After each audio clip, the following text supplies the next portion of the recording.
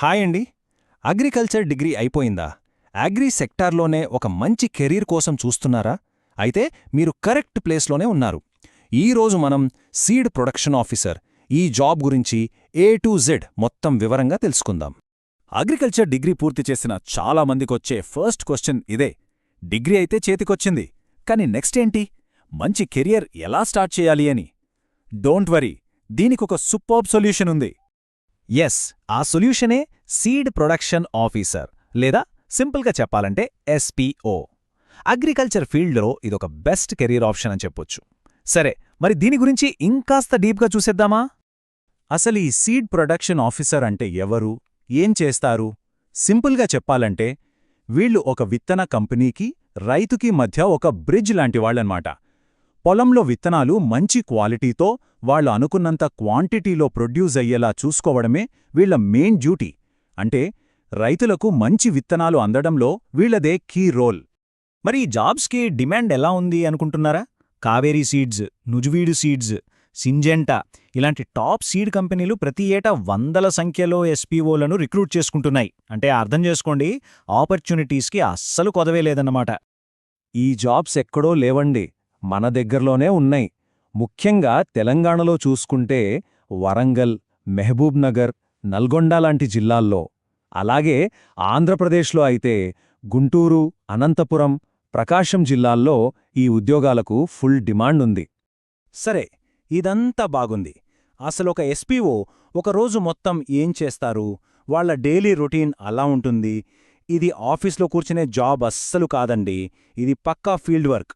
ఒక SPO day ఎలా ఉంటుందంటే, మార్నింగ్ లేవగానే ప్లానింగ్తో స్టార్ట్ అవుతుంది. మధ్యాహ్నం మొత్తం రైతులతో పాటు పొలాల్లోనే క్రాప్ని దగ్గరుండి చెక్ చేస్తూ ఉంటారు. ఇక ఈవినింగ్ వచ్చేసరికి ఆ రోజు జరిగిన వర్క్ మొత్తాన్ని కంపెనీ ఇచ్చిన యాప్లో రిపోర్ట్ చేయడంతో డే ఎండ్ అవుతుంది. సో ఇది డెస్క్ జాబ్ కాదు, ఒక యాక్షన్ ప్యాక్డ్ ఫీల్డ్ రోల్ అన్నమాట. ఓకే, ఇంత బాగున్న ఈ జాబ్ సంపాదించాలంటే ఏం కావాలి? ఎలాంటి క్వాలిఫికేషన్స్, స్కిల్స్ ఉండాలో ఇప్పుడు చూద్దాం. ఇది చాలా ఇంపార్టెంట్ సెక్షన్, జాగ్రత్తగా వినండి. క్వాలిఫికేషన్స్ విషయానికొస్తే BSc అగ్రికల్చర్ లేదా హార్టికల్చర్ డిగ్రీ ఖచ్చితంగా ఉండాలి. కొన్ని కంపెనీలు అగ్రికల్చర్ డిప్లొమా వాళ్లకు కూడా ఛాన్స్ ఇస్తున్నాయి. కాని గుర్తుపెట్టుకోండి, డిగ్రీ ఒక్కటే సరిపోదు. రైతులతో బాగా మాట్లాడగలగాలి, ఫీల్డ్లో ఏదైనా ప్రాబ్లం వస్తే వెంటనే గుర్తించి దానికి సొల్యూషన్ చెప్పగలగాలి. ఈ స్కిల్స్ ఉంటే చాలు, మీరు మిగతా వాళ్లకంటే ఒక అడుగు ముందే ఉంటారు. ఇక అందరూ మోస్ట్ ఈగర్గా వెయిట్ చేసే టాపిక్ అదేనండి, శాలరీ మరియు కెరియర్ గ్రోత్. ఈ జాబ్లో డబ్బులు ఎలా ఉంటాయి, ఫ్యూచర్లో గ్రోత్ ఎలా ఉంటుందో తెలుసుకుందాం రండి. ఒక ఫ్రెషర్గా మీరు ఈ జాబ్లో జాయిన్ అయితే స్టార్టింగ్ శాలరీనే నెలకి 18,000 నుంచి 28,000 రూపాయల వరకు ఉంటుంది. ఇది ఒక ఫ్రెషర్కి చాలా మంచి స్టార్టింగ్ అని చెప్పొచ్చు. ఇక ఎక్స్పీరియన్స్ పెరిగే కొద్దీ మీ శాలరీ కూడా పెరుగుతూనే ఉంటుంది. ఈ కెరీర్లో ఉన్న బెస్ట్ పార్ట్ ఏంటంటే ఫాస్ట్ గ్రోత్. జస్ట్ 2-3 ఏళ్ల ఎక్స్పీరియన్స్తో మీరు సీనియర్ SPO అయిపోవచ్చు. ఆ తర్వాత 4-5 ఏళ్లలో ఏరియా ప్రొడక్షన్ మేనేజర్, అక్కడ్నుంచి రీజనల్ ప్రొడక్షన్ హెడ్ లెవెల్కి వెళ్లడానికి పెద్దగా టైం పట్టదు. గ్రోత్ చాలా ఫాస్ట్గా ఉంటుంది.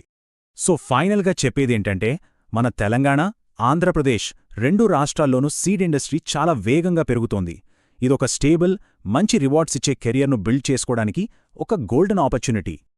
ఇలాంటి జాబ్ అప్డేట్స్, స్కీమ్స్, న్యూస్ ఏదీ మిస్ అవ్వకుండా ఉండాలంటే వెంటనే మా అఫీషియల్ వాట్సాప్ ఛానల్లో జాయిన్ అవ్వండి. మీకు ఇన్స్టాంట్గా అన్ని అప్డేట్స్ వచ్చేస్తాయి. ఇంకా డీప్ అనాలిసిస్, డీటెయిల్డ్ ఇన్ఫర్మేషన్ కోసం మా టెలిగ్రామ్ ఛానల్లో కూడా జాయిన్ అవ్వండి. అక్కడ మీకు మరింత ఇన్-డెప్త్ కంటెంట్ దొరుకుతుంది. వీటితో పాటు ఇంకా డీటెయిల్ గైడ్స్, ఆర్టికల్స్ కావాలంటే మా వెబ్సైట్ gardenhacks.in ని విజిట్ చేయడం అస్సలు మర్చిపోకండి. ఈరోజు మనం చెప్పుకున్న ఈ సమాచారం మీకు బాగా హెల్ప్ అయిందని అనుకుంటున్నాను. వాట్సాప్, టెలిగ్రామ్ ఛానల్ లింక్స్ అన్నీ కింద డిస్క్రిప్షన్లో ఉన్నాయి, తప్పకుండా చెక్ చేయండి. Thank you.